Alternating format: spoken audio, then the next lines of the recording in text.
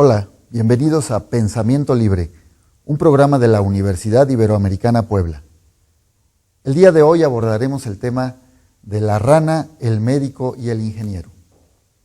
Para ello, tenemos el gusto de contar con la presencia del doctor Apolo Zeus Escudero.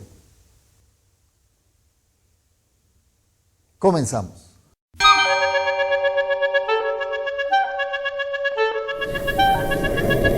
Tú y yo. Igual.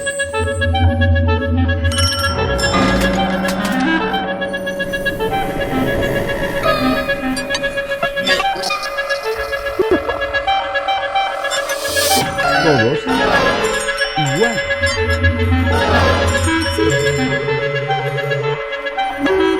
Todos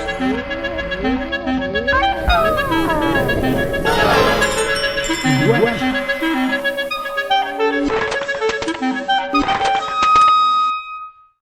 Pensamiento libre.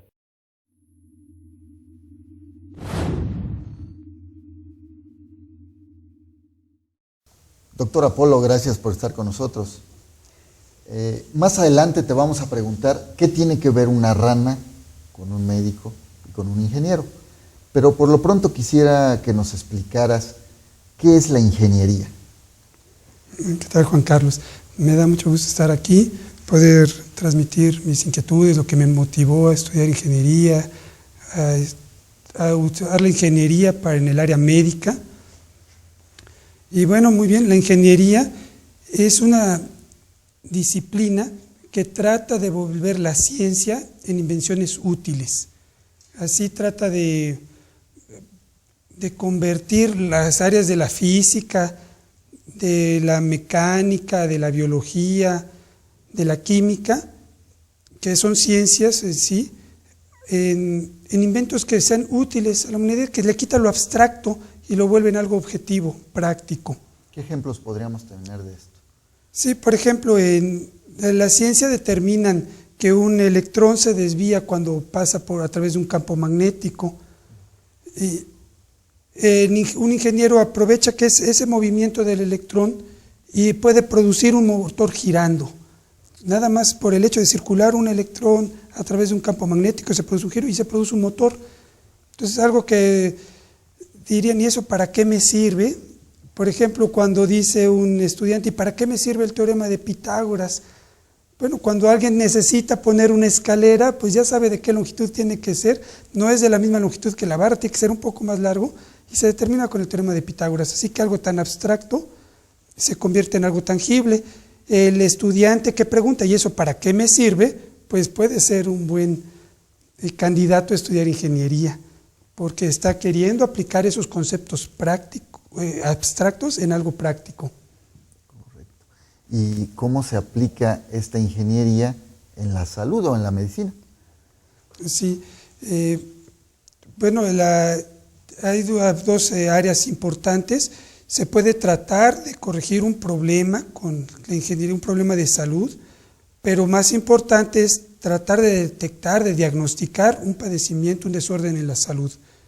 Entonces, la ingeniería empieza, por ejemplo, a estudiar la corriente, cómo circulan los tejidos biológicos, y en un tejido sano lo hace de una forma, y en un tejido que tenga algún padecimiento, va a circular con otras características, pero el chiste es poder medirlo. Si no se mide, pues no se podría saber la diferencia. Entonces, quien nada más se inyecta electricidad sin tener ninguna técnica de medición, pues no está haciendo ingeniería. En el momento de medirlo y ver la diferencia, ya puede darle una aplicación y poder discernir, este es un tejido sano, ese es un tejido enfermo. Parece que la ingeniería electrónica es muy importante dentro de la salud. ¿Qué otras ramas de la ingeniería podrían tener participación en esto? Ahorita está tomando mucho auge la óptica, por ejemplo, la química también.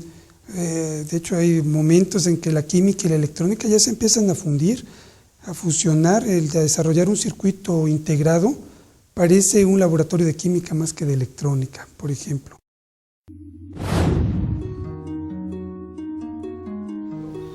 El doctor Apolo Zeus Escudero Uribe es ingeniero en electrónica, egresado del Instituto Tecnológico de Puebla y doctor en ciencias con una especialización en bioelectrónica por el Centro de Investigaciones y Estudios Avanzados del Politécnico Nacional. Realizó su estancia doctoral en Nancy, Francia, durante la cual realizó un sistema automático para la detección de microcalcificaciones en mastografías. Un circuito integrado. ¿Qué es un circuito integrado? Los circuitos integrados son los microchips, son las piezas que componen a los aparatos actuales y cada vez los hacen más pequeños para poder hacer aparatos portátiles. Y de hecho lo que está buscándose ahorita es que sean suficientemente pequeños para poder traerlos permanentemente en el cuerpo y estar diagnosticando alguna enfermedad. Por ejemplo, puede ser un electrocardiógrafo muy pequeñito, portándolo en el cuerpo permanentemente y poder determinar si una persona está sana o tiene algún padecimiento de corazón. Eso normalmente se hace antes de poner un marcapasos, por ejemplo. Y el marcapasos pues ya es un dispositivo todavía más pequeño que sin ayuda de la microelectrónica actual pues no sería posible fabricarlo. ¿Ingenieros mecánicos, ingenieros industriales, tienen algo que ver en la salud? Sí, la aplicación de la ingeniería en el área médica es algo muy reciente. Entonces, reciente comparado con las otras áreas, digamos que tiene aproximadamente 100 años, 120 años, que ya se está haciendo en forma. Las demás áreas pues son milenarias. La ingeniería mecánica, por ejemplo, es milenaria. La óptica pues también es relativamente reciente, pero mucho más antigua que su aplicación a la medicina. ¿La informática o la computación en la medicina tiene que ver también? Sí, aunque la informática es todavía más reciente que la aplicación de la ingeniería en la medicina, está siendo de mucha ayuda para automatizar sistemas, automatizar pruebas, automatizar diagnósticos. Entonces, por ejemplo, se pueden hacer aparatos, el mismo electrocardiógrafo, que fue inventado más o menos por ahí de 1905, 1908, ese aparato ahora se conecta a una computadora o ya quedan interconstruidos juntos y el mismo electrocardiógrafo ahora ya empieza a hacer una especie de diagnóstico. Si el médico estuviera cansado, pues puede auxiliarse. O sea, el diagnóstico que dan esos electrocardiógrafos inteligentes no es definitivo, pero sí es de gran descanso para un especialista que ya cansado de ver tantos electrocardiogramas. Algunos se equivocan y dicen, bueno, ¿por qué estamos tan diferentes entre el diagnóstico del aparato y el mío, no? Entonces, ya ven, no, pues sí, se debía a mi cansancio y lo vuelve a reactivar. Juan Carlos Colín Ortega cuenta con un diplomado en Innovación para el Aprendizaje y en Aprendizaje de la Ingeniería por la Universidad Iberoamericana Puebla, y está certificado como tecnólogo especialista en programación de computadoras por Microsoft Corporation. Es ingeniero en electrónica de comunicaciones por la Ibero Ciudad de México y maestro de ingeniería en calidad en la Ibero Puebla. Actualmente realiza estudios doctorales de ingeniería biomédica en la Universidad Popular Autónoma del Estado de Puebla. Resumiendo lo que nos dices, doctor, de lo que es la ingeniería, ¿podrías decirnos qué es lo que hace un ingeniero y cómo es que resulta de utilidad para un médico? ¿Qué hace en realidad un ingeniero cuando ejerce su profesión? Sí, por ejemplo, bueno, hay muchos ejemplos, pero lo que decíamos, un físico puro empieza a estudiar cómo se comporta la electricidad al pasar por un tejido por un medio conductor en general. Pero entonces el ingeniero toma esas ecuaciones y dice, voy a ver la particularidad de que pase por tejido vivo. Y el físico originalmente describe para todas las frecuencias, para ondas largas, microondas, ondas cortas, todo tipo de frecuencia lo empieza a describir con matemáticas el físico. Y el ingeniero dice, bueno, ahora vamos a ver en tejido biológico cómo se comporta cuando hay hueso, cuando hay venas, y lo mide. El físico muchas veces se queda, actualmente ya los físicos ya están haciendo mediciones, pero muchas veces se quedan en la pura ecuación. El ingeniero físicamente toma un tejido de músculo, de grasa, de hueso, y le aplica la electricidad y mide las constantes que hay para ya hacer ecuaciones particulares. Y entonces toma ecuaciones generales para todo tejido sano y después empieza a tomar muestras de tejidos, por ejemplo, que tengan cáncer. Y entonces puede distinguir cuando un tejido está sano es muy conductor y cuando tiene cáncer es menos conductor, por ejemplo. E incluso eso se hace hasta para cosechar frutas. Una fruta que quiere trasladarse a otro país, se va a exportar, debe cosecharse ligeramente verde. Entonces, el punto exacto de madurez se puede determinar con un aparato electrónico que mide cuánta conductividad tiene. Todos los duraznos, por ejemplo, que en el mismo periodo de madurez van a tener la misma cantidad de conductividad eléctrica y en ese momento se cortan. Y entonces van a llegar justo en su punto al país de destino. De acuerdo. Doctor, que según tu experiencia, ¿qué opinan los médicos acerca de los ingenieros que se dedican a aplicar sus conocimientos en la salud? Pues no tengo mucha experiencia de opinión. Yo he oído opiniones positivas. No dudo que haya unas que digan que no tendríamos por qué estar estudiando medicina, por ejemplo, que ellos son los que saben la medicina, pero nosotros tratamos de ponerles matemáticas a lo que ellos hacen. Ellos normalmente lo hacen con mucho conocimiento de causa, pero sin matemáticas. Nosotros tratamos de describir hasta una célula, le aplicamos matemáticas. Tratar de describir matemáticamente cuál es la reproducción de un tejido. Si un tejido va a empezar a hacerse cancerígeno, pues empieza a reproducirse más rápido. Entonces hay métodos de medición que empiezan a decir y de detectar tempranamente antes de que un cáncer llegue a ser demasiado tarde su descubrimiento. Entonces, aunque no sabemos todo lo que sabe un médico en cuanto a fisiología, sí nos enfocamos a saber la fisiología de algunos órganos o de algunas células muy profundamente y hasta modelarla matemáticamente para poder saber exactamente hacia dónde se dirige y poder hacer detecciones de algún diagnóstico temprano. Doctor Apolo, muy interesante. Si nos permites, retomamos el tema más adelante. Vamos a un corte y regresamos.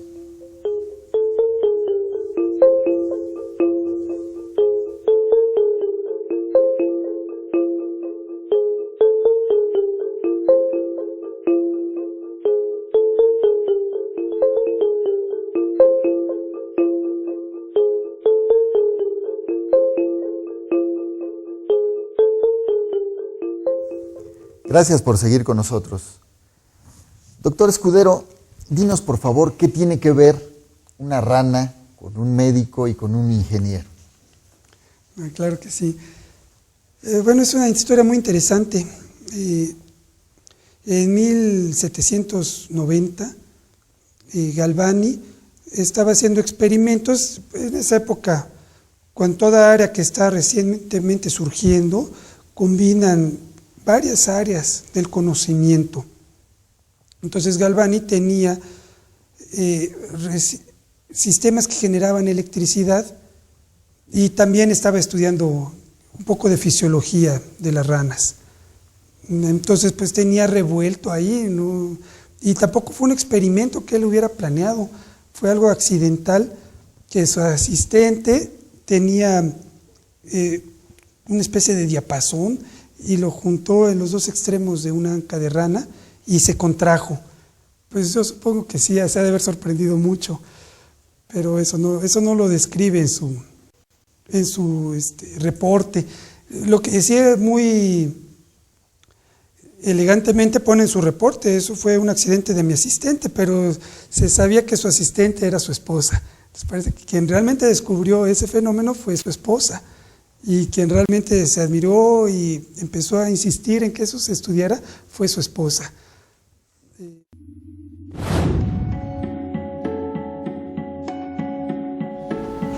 El doctor Escudero ha ganado, entre otros reconocimientos, el Concurso Nacional de Institutos Tecnológicos, el de la tesis doctoral del Congreso, Ingeniería Eléctrica del IPN y el premio Weizmann-Kahn, otorgado por la Academia Mexicana de Ciencias.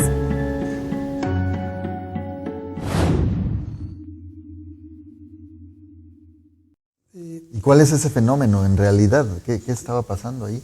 Ajá, bueno, lo que hizo fue que es un diapasón hecho de dos metales diferentes, pero en esa época todavía no se sabía que dos metales diferentes pueden generar un potencial eléctrico, es una pila. Tal y como son las pilas actuales, se juntan dos materiales diferentes y nos dan electricidad.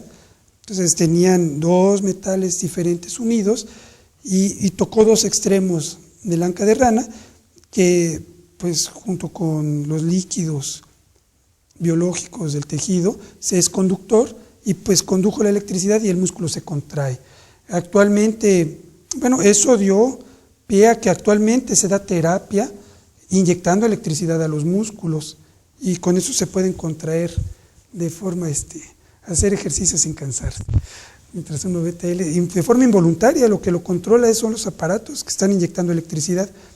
Una de las más importantes aplicaciones de eso es el marcapasos, es una de esas aplicaciones que está dando electricidad, un pulso eléctrico para que el corazón se contraiga periódicamente, y también el desfibrilador, que cuando ya el corazón ya realmente no quiere latir o late todo desordenado, hacen una contracción fuerte que sincroniza el corazón otra vez y vuelve a latir. Bueno, es la misma electricidad, es el mismo fenómeno que descubrió Galvani y su esposa en 1790, pero fue la primera interacción, se estaba descubriendo la electricidad y fue el descubrimiento de la electricidad fue muy ayudado por el área biológica. O sea, incluso más bien fue que hacía la biología por la ingeniería en esa época, al revés de ahorita. La biología es muy difícil de estudiar, entonces no ha avanzado a los pasos agigantados con que ha avanzado la electricidad. Ahí tenemos que, en ingeniería electrónica, yo digo que estudiamos muy poquitas cosas, solo estudiamos un electrón. Los químicos estudian el átomo entero, no solo el electrón. Entonces, pues, eso que solo estudiamos el electrón y su comportamiento ante campos electromagnéticos, pues permite que el estudio sea relativamente ágil, pero en un principio era la biología la que ayudaba a la ingeniería. El maestro Colín trabajó en empresas como Procter & Gamble, Condumex e Industrial Minera México, en donde llevó a cabo mejora de procesos y optimización de recursos, con sistemas de cómputo como herramienta. De igual manera, dirigió unidades de negocio con orientación al cliente.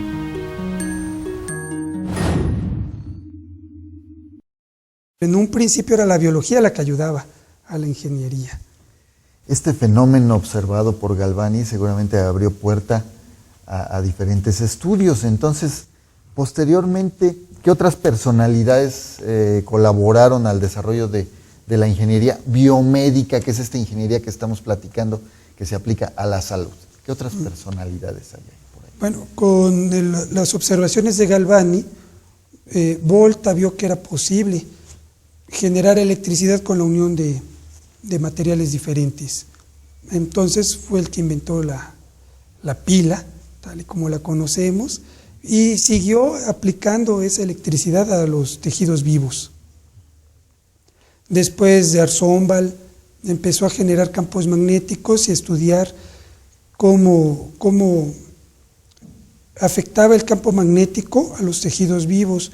Eso es mucho menos, son muy poco sensibles, entonces generaba campos magnéticos muy grandes y se encontró que el tejido, el único que respondía a semejantes campos magnéticos tan grandes era la retina del ojo.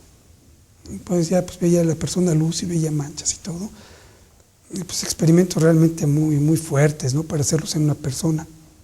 Entonces, es otra área de la ingeniería, es también cuidar la salud, ¿no? Tampoco hacer los experimentos así, pero en esa época no se conocía qué era la electricidad, no se conocía qué era el magnetismo. Apenas se estaba haciendo circular electricidad a través de un alambre, y de Arzombal también descubrió que cuando circulaba electricidad generaba un campo magnético, y entonces querían darle aplicación, y es por eso que empezaron a buscar su aplicación en tejidos biológicos.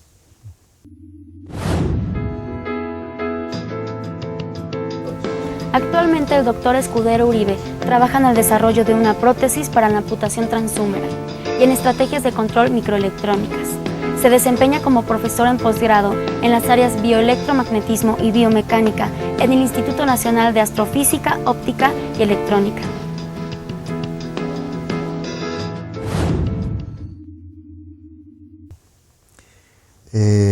Nos mencionas, doctor, 2 ejemplos que tienen que ver con el corazón.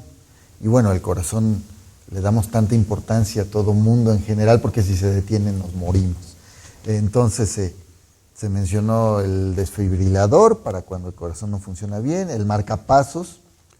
¿Desde cuándo y quién empezó a inquietarse porque poder beneficiar el tratamiento del corazón con electricidad? Muy bien. Hacer experimentos, no recuerdo ahorita el nombre, a los alemanes y franceses estaban estudiando muy fuerte, creo que se llamaba Beck, un investigador que empezó a tratar de estimular corazones, eran corazones de perro.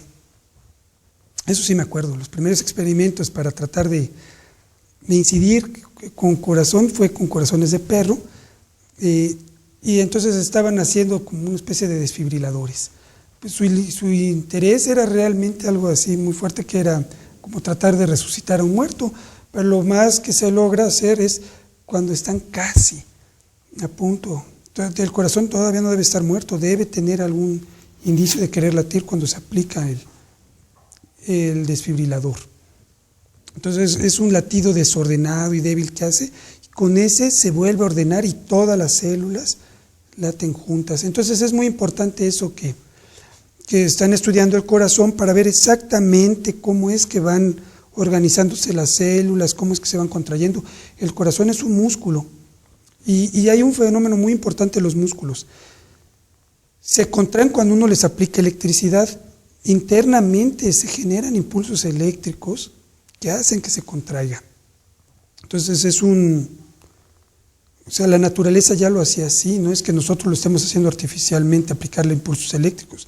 Lo que pasa es que tenemos que hacerlo externamente de aplicarle el impulso eléctrico, pero la naturaleza ya tiene el corazón ya tiene un marcapasos biológico natural que genera un impulso eléctrico, se difunde en el corazón en un orden bien establecido.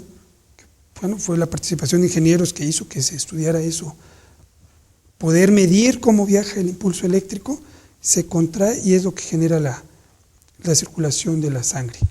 Pero tiene que ser en orden, si lo hace en desorden no produce presión sanguínea. Colín Ortega ha centrado su tarea profesional en la gestión de servicios académicos, particularmente a la atención de programas de investigación y docencia en ingeniería, así como en la administración de recursos humanos y materiales.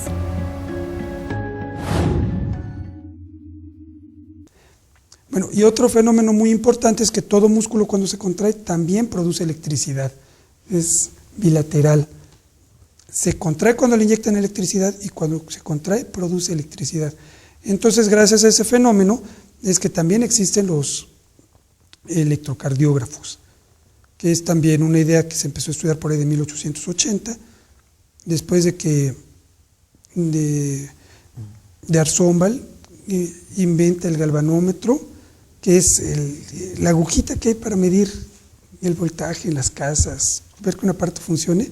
Bueno, eso fue inventado más o menos un poco antes de 1880, pero en esa época fue que se hizo práctico. Y después se empezaron a hacer sistemas más sensibles. La electricidad que produce el corazón sí es grande, pero pues no llega hasta afuera. Entonces, para poder medirla ya en el exterior del cuerpo, se empezaron a hacer sistemas más sensibles, tan sensibles y tan perfectos que, bueno, el galvanómetro, la agujita que sirve para medir electricidad, parte es como una especie de brújula que responde al campo magnético. Entonces lo que hay que hacer es que no responda al campo magnético de la Tierra, que es mucho más fuerte que los campos que se producen por la electricidad que genera el cuerpo. Entonces cuando se logró perfeccionar que fuera tan sensible para medir la electricidad que produce el cuerpo, pero que al mismo tiempo no fuera sensible al campo magnético de la Tierra, que ya se pudieron hacer estas mediciones. Y fue un alemán de nombre Einthoven, el que primero lo aplicó para medir la electricidad que provenía del corazón y fue el primer electrocardiógrafo. Y es muy importante porque este ya no es para curar, es para diagnosticar cómo está funcionando el corazón, que lo esté haciendo en orden. Entonces, la contribución de Einthoven fue muy grande y creo que fue el primer científico que aplicó la ingeniería al área médica y que se ganó el Nobel. Doctor, si me permites, seguimos hablando de esto un poco más adelante. Vamos a un corte y regresamos.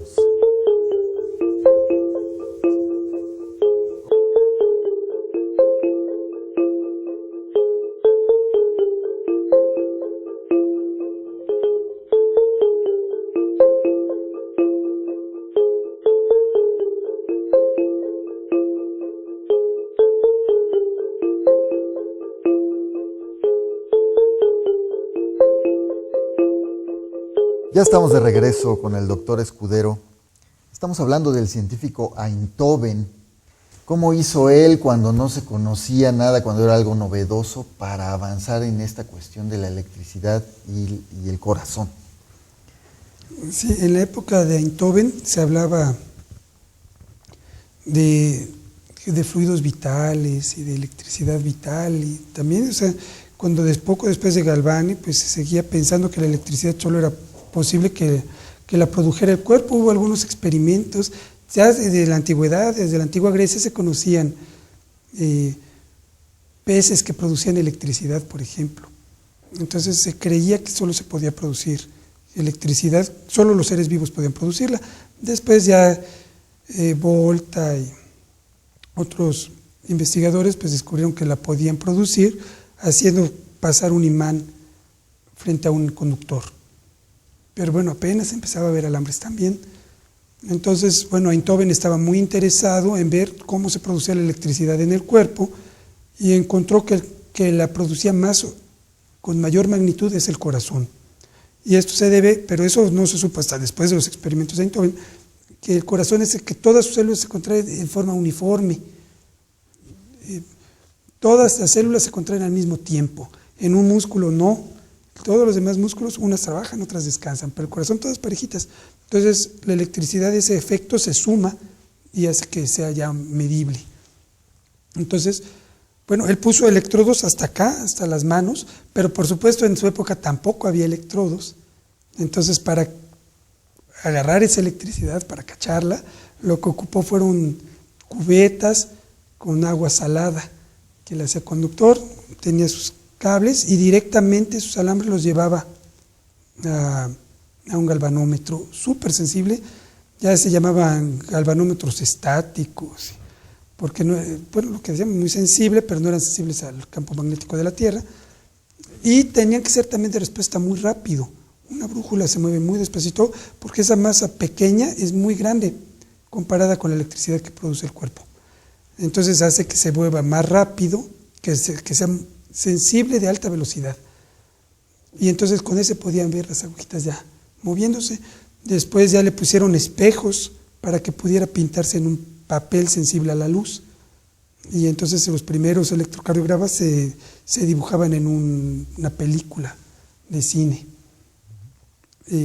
Y bueno, pues sí, era un aparato muy raro el de Einthoven, porque el paciente tenía que meter un pie y dos manos en cubetas, que era donde se atrapaba la electricidad, y donde nada más le llamaban el multiplicador, no había transistores, no había bulbos, nada, ninguna forma de amplificarla de forma real, solo eran muchas vueltas de alambre muy delgadito. Quiero entender que transistores y bulbos son dispositivos que amplifican que hacen más grande esa señal eléctrica, ¿no? Sí, es necesario poner electricidad externa, y entonces energía externa, y con eso trabajan los transistores. No trabajan con la electricidad de la fuente. Entonces esos ocupan baterías. El aparato de Einthoven no se enchufaba a la pared, no tenía baterías, nada. Directamente trabajaba con la electricidad que produce el cuerpo. Y por eso es que solo se podía capturar la electricidad del corazón.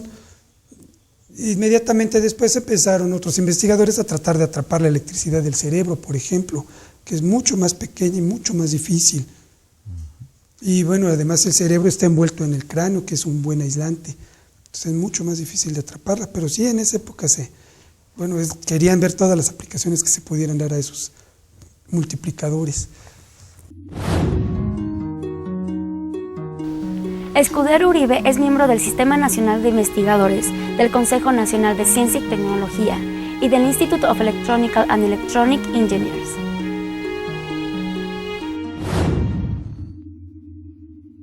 Doctor, ¿podrías hablarnos de algún proyecto concreto que hayas desarrollado en el área de la ingeniería aplicada a la salud? Muy bien, el área en que más he profundizado es las prótesis para brazo. En particular, son prótesis que reemplazan el brazo cuando sufrió una amputación por arriba de codo. Entonces, la prótesis que he desarrollado debe haber una amputación más o menos a este nivel, debe estar entre codo y hombro. Son prótesis transhumeral. Y bueno, sí tiene mucho que ver con esto que hemos platicado, porque ya no se mueve con cables mecánicos, sino que utiliza la electricidad que producen los músculos remanentes, los que quedaron después de la amputación, para darle órdenes a los motores que tiene integrados la prótesis. Bueno, aquí viene una paradoja. Entre más alta es la amputación, más motores hay que poner, más funciones hay que reemplazar del brazo, debe tener más motores una prótesis, pero el cuerpo tiene menos músculos remanentes para poder controlarla. Entonces, donde he estado metido es exactamente en capturar esas señales que producen los músculos, usar aparatos como los que usaba Einthoven, pero con nuestra tecnología actual, ¿no? Ya del siglo XXI. Entonces, amplificar las señales, que esas son mucho más chiquitas las de los músculos remanentes, luego interpretarla, vienen en desorden, bueno, tratar de entender qué información tienen escondida y para que la prótesis pueda saber qué quería hacer el usuario y moverse conforme a lo que quiere hacer el usuario. Son prótesis muy sencillas, o sea, por ejemplo, la mano nada más puede abrirse y cerrar, aunque un robot podría mover dedo por dedo. No hay forma actualmente de que podamos hacer un control que mueva dedo por dedo. No es por problema de ponerle motores a la prótesis, sino que es un problema de control actualmente. Bueno, la prótesis, la que estoy trabajando, hasta el momento es la más desarrollada en el mundo. Tiene 4 motores, no hay ninguna que tenga 4 motores. Y es algo muy interesante, aunque tiene 4 motores, es más ligera que las que nada más tienen 1 o 2, y a pesar de ser más ligera, produce más fuerza. ¿Y cómo es posible lograr esto? Esto es otra rama de la ingeniería biomédica, o más bien de la física, que se llama biónica, que otra vez es la biología ayudando a la ingeniería, como empezó originalmente. Entonces, en el cuerpo lo normal es que muchos músculos participan para mover una sola articulación, pero cuando esos músculos no están moviendo esa articulación, participan en mover otra también. Entonces, así como es uno para todos y todos para uno, si son muchos músculos para una sola articulación, y cada músculo participa en muchas articulaciones al mismo tiempo. Entonces, eso optimiza los recursos que tiene el cuerpo. Eso se llama que los músculos jalan en paralelo, 2 al mismo tiempo están en paralelo, uno ayuda al otro. Y entonces en la prótesis que diseñé también se hace igual. Son actuadores que parecen, los motores pues, se encogen como músculos, ya desde ahí empieza a imitar a la biología, se contraen igual que si fueran músculos, y hay otros 2 que se contraen, pero también pueden estar rígidos y en ese momento funcionan como hueso, y 2 se contraen y empiezan a hacer la flexión de codo. Pero como están uno en paralelo y el otro acá, uno en paralelo al otro, puede hacerse que este se estire y este se encoja y se produce la pronación, por ejemplo. Entonces, esos músculos que hacen la flexión también pueden hacer la pronación o la supinación. Y al mismo tiempo, esos músculos, son músculos artificiales, pueden contraerse acá y producir la rotación humeral. La rotación humeral es un movimiento que originalmente está en el hombro, pero quien perdió su brazo arriba del codo ya no lo puede transmitir a la prótesis. Entonces es necesario motorizar ese movimiento. Para empezar, el músculo que quedó ya no es tan fuerte, entonces habría que ayudarle. Pero tampoco es posible mecánicamente hacer que ese hueso se conecte a la prótesis y haga este giro. Entonces, pues con doble razón hay que poner este movimiento. Entonces, es de las pocas prótesis que hay en el mundo que tienen este movimiento motorizado. Pero que tenga este movimiento motorizado, este y este, es la única. Y finalmente el cuarto motor que tiene, esos tres trabajan siempre juntos. En combinación están haciendo estos movimientos. Hay un cuarto motor que siempre funciona como hueso, porque está dentro de una estructura rígida, y adentro de esa estructura rígida se mueve un cable que abre y cierra la mano. Entonces, eso es lo que más he trabajado. ¿En qué fase va el desarrollo de este proyecto y quiénes más participan en él? Ajá. Bueno, son estudiantes de doctorado, estudian en el Instituto Nacional de Astrofísica, Óptica y Electrónica. Ya se hicieron 2 prototipos, ya es lo que queremos, el siguiente paso ya es ponerlo en una persona. Entonces también está participando el Centro de Rehabilitación y Educación Especial del Estado de Puebla, que bueno, ellos ponen a las personas voluntarias que van a usar la prótesis. Bueno, yo espero que funcione y ya se les quede la prótesis. Sería un beneficio muy grande, ¿no? Que ellos sean voluntarios y ya quedarían con una prótesis. Actualmente, en esencia, todas las prótesis, todo lo que reemplaza a una parte del cuerpo es prótesis. Todo lo que ayuda a funcionar es órtesis. Así que, por ejemplo, los lentes son órtesis porque ayudan a la vista. Las ayudas auditivas son órtesis. También hay órtesis de piernas, que las personas que tienen sus piernas pueden ponerse un mecanismo que les ayude a caminar. No es que hayan perdido las piernas, es que les ayudan a que funcionen bien.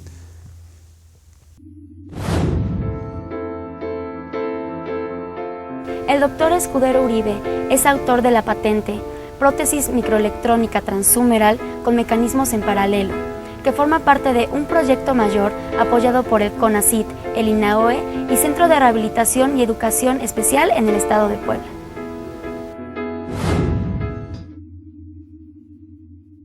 Ahora, en el mundo, ¿cuál es el estado de la tecnología hablando de prótesis? Bueno, esto es la parte que más me gusta comentar. Es que hace mucha falta, mucha gente participando ahí. Comparado con las demás ciencias, es una área atrasada porque hay más preguntas, más problemas que resolver que gente investigando. Entonces, la ciencia nos da todas las herramientas para poder atacarlo mejor, pero el área biológica, como ya habíamos dicho, es muy amplia. Entonces, hay todavía muchos problemas que resolver. Entonces, la mejor prótesis está muy lejos todavía de reemplazar las funciones naturales del cuerpo. Por ejemplo, estamos haciendo ahorita que la prótesis se mueva de forma más natural, más cadenciosa, ¿no? Que simule, que ya no se vea cuadrado como los robots, que se vea que una persona tuviera un brazo natural, aunque sea artificial. Eso en particular sí lo estamos estudiando, le estamos poniendo ecuaciones que tratan de imitar los movimientos naturales. Pero a pesar de eso, bueno, aunque ya le imitemos ese movimiento, todavía sigue lejos. Aunque mi prótesis actualmente sea la que produce más fuerza en el mundo, todavía es muy baja comparada con la fuerza que produce el brazo biológico, con la cantidad de repeticiones que puede hacer, el tiempo sin cansarse. La prótesis no se cansa, pero se queda sin baterías. Entonces, no es tan práctica, o sea, no hay como cuidar realmente las extremidades. O sea, esto es prometedor, pero está muy lejos todavía. Conocemos en general unas prótesis de gancho desde hace muchas décadas. Los ciegos utilizan su bastón. Comparativamente con esas ayudas, ¿cómo estarían los nuevos desarrollos que ya implican electrónica y mecánica, todo esto? Por ejemplo, es un tema muy, muy interesante eso. Las prótesis de gancho fueron desarrolladas por Hosmer y Dorrance. Uno de ellos le faltaba el brazo y lo que él ocupaba era pues reemplazarlo. Y Dorrance, creo, fue quien le ayudó a comercializarlo. y fue quien realmente hizo que las prótesis fueran útiles. Estas prótesis de gancho se manejan con un cable. Son las más recomendadas actualmente porque hacen algo que no hace ninguna prótesis, producen retroalimentación. La persona que usa una prótesis de gancho puede saber qué tan abierto está el gancho, cuánta fuerza está aplicando al objeto que está deteniendo. Eso no lo hace ninguna prótesis de las eléctricas. Las prótesis eléctricas no, o electrónicas no lo pueden hacer. La persona da el mando, pero si algo atoró a la prótesis ya no se movió y no puede saber la posición. Nosotros, yo sin ver puedo poner la mano palma para abajo, palma para arriba, no ocupo verla. Sentimos internamente. Una persona con prótesis de cable puede hacer eso, puede doblar su codo y saber qué tan doblado lo tiene, si se dobló o no. Quien tiene una prótesis motorizada, él da la orden de que se flexione, pero si el objeto pesaba mucho y se quedó y no puede saberlo si no tiene la retroalimentación visual. Entonces las prótesis, incluyendo el bastón para los ciegos, el bastón blanco, le da realmente la sensación de saber a qué distancia están, y con todo el avance tecnológico no hay nada que permita a un ciego poder medir una distancia. Ya le pueden hacer ver un poquito de figuras, todo, pero no puede saber a qué distancia está un obstáculo. Entonces la textura que tiene tampoco la puede ver actualmente con las sombras. Una silueta no sabe si es rígida o no. Si me permite, doctor, continuamos un poquito más adelante. Vamos a un corte.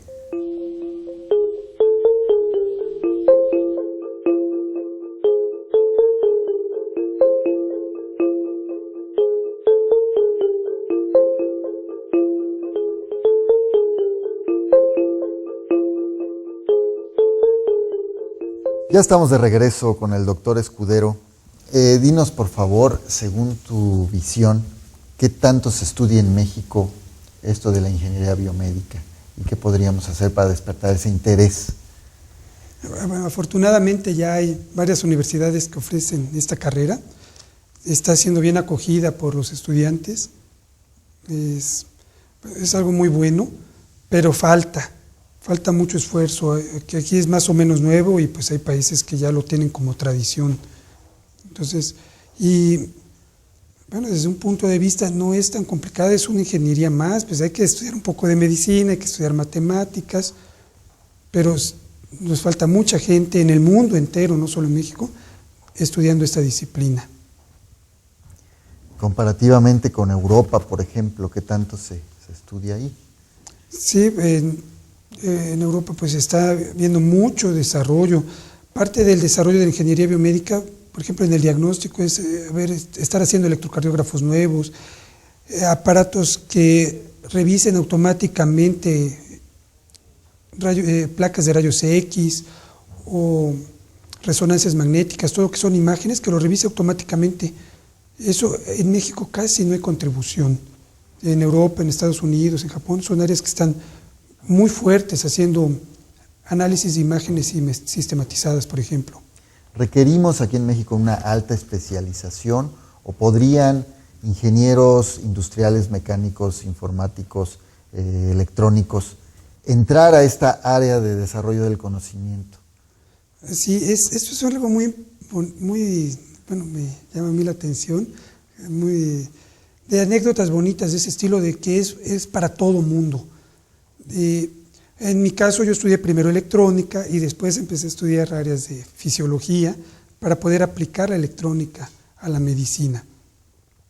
Pero es más bien un problema no de capacidad, no de estudiar mucho o de tener mucha capacidad, sino de estar ahí intentándole. Por ejemplo, déjame contarte una anécdota de que eso es para todos. Muchos hemos tenido junto a nosotros el acceso a un microscopio. En mi caso, en secundaria, yo me la pasaba muchas horas frente al microscopio. Muchas horas analizando microbios de agua puerca, de charcos, ¿no? Y bueno, es exactamente ahí donde se dan los microbios. Siempre quise ver un microbio que se dividiera en dos. No pude. Anton van Leeuwenhoek fue el que inventó el microscopio y también gastó muchas más horas que yo viendo en el microscopio y no hizo nada que yo no pudiera haber hecho en secundaria para poder ver que dos microbios se dividían. Y a partir de ahí fue que hubo otro nuevo paradigma, que la vida nace de la vida.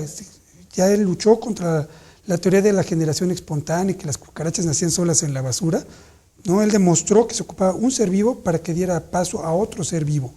¿Y cómo hizo esto? Pues teniendo un microscopio como el que todos tenemos acceso desde la secundaria o la prepa, se cortó un cabello de la cabeza y empezó a separar en el portaobjetos del microscopio, empezó a separar las gotitas de agua hasta que dejó un microbio solito en una gotita solita. Lo aisló, un microbio con un cabello. Eso lo pude haber hecho yo en la secundaria, lo pudieron haber hecho mis compañeros de estudios, pero no se nos ocurrió. Se nos hubiera ocurrido si hubiéramos pasado un poco más de hora, o que hubiéramos sido más personas las que estábamos ahí viéndolo. Y esto dio paso a una gran teoría de que un microbio nacía de otro microbio.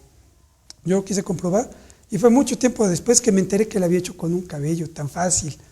Entonces, bueno, estas áreas, la ciencia, es estar ahí, y entre más participemos, dos cabezas piensan más que una, y más del doble. Dos cabezas piensan, digámoslo, de tres cabezas aisladas o más, cuando están juntas. Entonces, eso es lo que nos hace falta en México, y es un área muy bonita. La ciencia se vuelve riqueza siempre. Entonces, en México eso es lo que nos hace falta. ¿Y cómo podríamos propiciarlo la gente que estamos relacionadas con la educación, por ejemplo? Ajá. Bueno, pues la educación nos incluye, pero desde que se enseña la primaria. O sea, esto va para los maestros de primaria. Ojalá le hagan sentir a sus alumnos, a sus estudiantes, ese amor a las matemáticas. Teniendo amor a las matemáticas, ya estudiar ingeniería es fácil. Para mí es mucho más fácil estudiar ingeniería que cualquier otra área. Por ejemplo, historia, ¿no? Porque en ingeniería, bueno, yo digo que lo que se requiere es ir relacionando una cosa con otra, razonándolas. En historia y en literatura, para mí requiere mucha memoria, porque hay que ver cómo se le ocurrió a un poeta que sonara bonito su poema. Y eso, bueno, va más allá de las matemáticas. Para mí es mucho más difícil. Para mí eso sí es un arte. Las matemáticas se me hace muy lógico, pero es porque desde la primaria me gustaban mucho. Entonces, desde ahí empieza. Ganarse el premio Nobel es como ganarse una medalla de los Juegos Olímpicos. Lo que se gana la medalla en los Juegos Olímpicos es porque practicaba su deporte, su disciplina, a lo mejor desde antes de entrar a la primaria. Entonces es igual en la ciencia. Empezar con las matemáticas son muy nobles desde muy pequeña edad, desde la primaria. Y pues los maestros de primaria son los que más labor tienen que hacer. Actualmente, el maestro Juan Carlos Colín Ortega tiene el cargo de coordinador de posgrados en ingeniería y forma parte del claustro académico Industrial Sistemas Negocios del Departamento de Ciencias e Ingenierías de la Universidad Iberoamericana Puebla. De acuerdo, doctor. Pues, ¿alguna idea final con la que quisieras que nuestro auditorio se quede? Pues que nos hacen falta ingenieros. La ingeniería es lo que realmente enriquece al país, son los que participan en la industria de la transformación, los que nos permitirían exportar más cosas, hacer un mejor país. Es la ingeniería, la ciencia. No es una promesa de que a lo mejor con la ciencia podemos salir adelante. Son los países los que tienen ciencia, los que siempre han estado desarrollados desde que eran las cruzadas. El que llevaba armadura, el que tenía el conocimiento de manejar el metal, es el que ganaba a otros. Bueno, las guerras son las que han impulsado más a la ciencia, pero la ciencia es la que contribuye a que vivamos mejor todos. ¿Por qué se dirá que esto de la ingeniería aplicada es lo que genera riqueza a un país? Sí, no es lo mismo vender un material sin procesar que vender un material procesado. No es lo mismo vender un trozo de madera que puede ser leña a vender un Stradivarius, por ejemplo, o vender un trozo de fierro que puede servir de papeles a vender un Rolex, por ejemplo. Entonces, es transformar la materia de esa forma que sea útil lo que da riqueza.